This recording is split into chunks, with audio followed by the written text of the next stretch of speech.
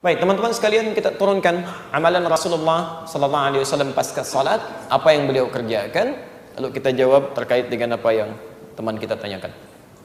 Pertama, seperti tadi kita uraikan dalam menjawab pertanyaan kawan kita yang pertama, amalan Nabi sallallahu alaihi wasallam pasca salat adalah sesuai dengan ketentuan Al-Qur'an di surah keempat An-Nisa ayat 103, kan?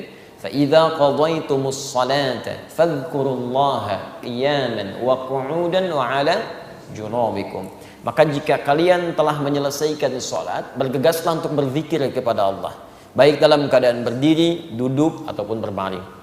Bagaimana cara mengamalkan zikir ini? Karena kalimat di Qur'annya masih umum, zikir aja, ya? Kalau tidak dijelaskan bagaimana caranya, kita akan kebingungan. Apa Anda kemudian duduk, zikir, kan tidak, ya? Harus ada amalan yang jelas yang bisa kita kerjakan. Maka diberikan bentangan pilihan oleh Al-Quran.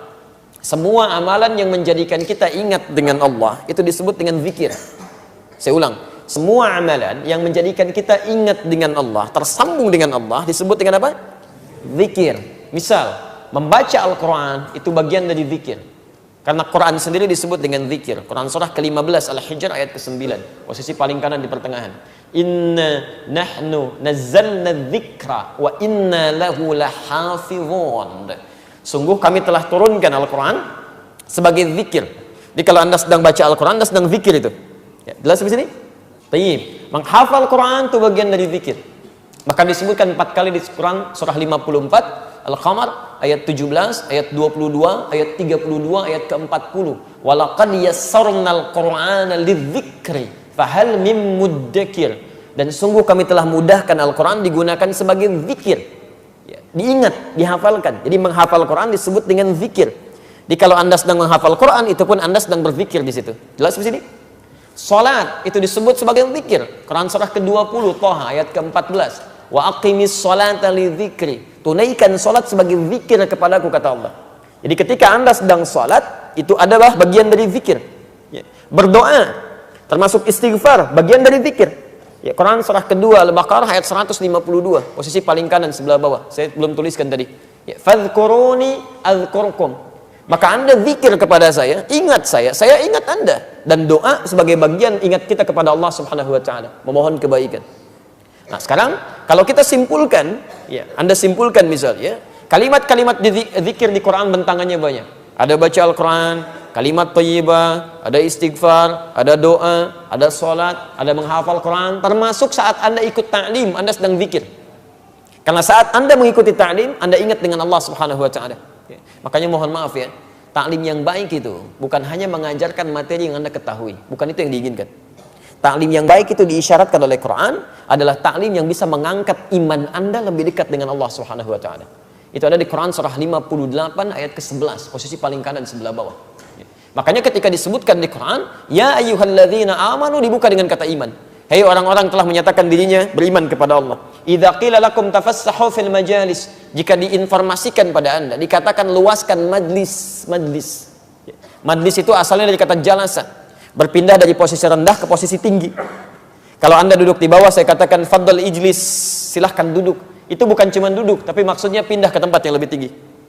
Tempatnya disebut dengan majlis, jamaknya disebut dengan majalis. Kalimat majalis di sini disandingkan dengan menuntut ilmu, diawali dengan kata iman. Kata para ulama seakan-akan melukiskan kesan bahwa tempat menuntut ilmu yang baik itu bukan sekedar Anda datang, tapi tempat yang menjadikan Anda terangkat keimanan Anda lebih dekat dengan Allah Subhanahu wa taala. Jadi kalau Anda menuntut ilmu, belajar dengan siapapun, iman Anda tidak meningkat, pengetahuan agama Anda tidak bertambah, ada yang salah di majlis itu.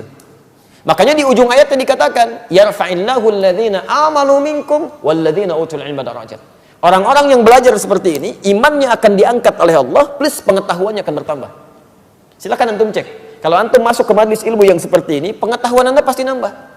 Salat Anda bukan cuma sekedar bertakbir, tapi paham kenapa saya mesti bertakbir, bagaimana cara saya bertakbir, apa bacaan yang saya bacakan. Kemudian Anda menjadi lebih dekat dengan Allah. Sebelumnya cuma sholat fardu, sekarang pengennya di masjid. Sebelumnya fokusnya yang berjamaah fardu saja, sekarang kehilangan sunnah, sudah nggak nyaman.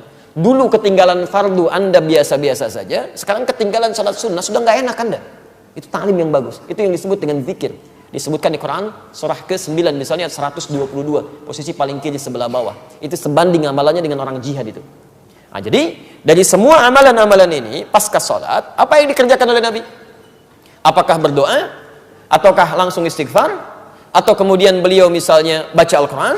Atau beliau menghafal Quran? Atau beliau mengajarkan dari materi keilmuan yang disebut dengan ta'lim itu?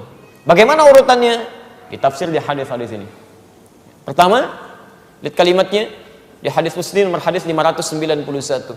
Begitu beliau selesai menunaikan salat, salam ke kanan dan ke kiri, zikir pertama yang dilakukan oleh beliau adalah istighfar 3 kali. Astaghfirullahaladzim, astaghfirullahaladzim, astaghfirullahaladzim. Dan menyambungkan Allahumma antas salam wa minkas salam tabarakta ya dzal jalali wal ikram. Selanjutnya di hadis Muslim nomor hadis 593, la ilaha illallah lahu la syarika lah, lahul mulku wa lahul hamdu wa huwa ala kulli syai'in qadir. Selanjutnya di hadis riwayat Muslim nomor hadis 597, Anda mulai bacakan subhanallah, subhanallah, subhanallah 33 kali, alhamdulillah, alhamdulillah, alhamdulillah 33 kali, Allahu akbar, Allahu akbar, Allahu akbar 33 kali. Selanjutnya Anda bisa bacakan ayat kursi, ya. Ayat kursi Al-Baqarah 255, posisi paling kiri di pertengahan. Allahu la ilaha illa huwal hayyul qayyum.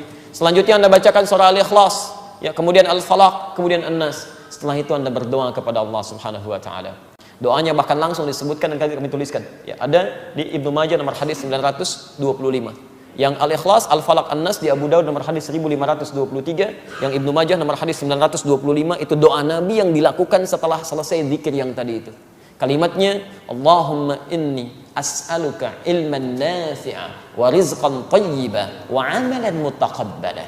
Ya Allah, saya sangat berharap ya Allah, semoga Engkau berikan kepada hamba ilmu yang bermanfaat, rizki yang baik ya Allah, yang berkah, dan mohon jadikan amal-amal hamba yang telah hamba kerjakan diterima olehmu ya Rabbal Alamin. Allah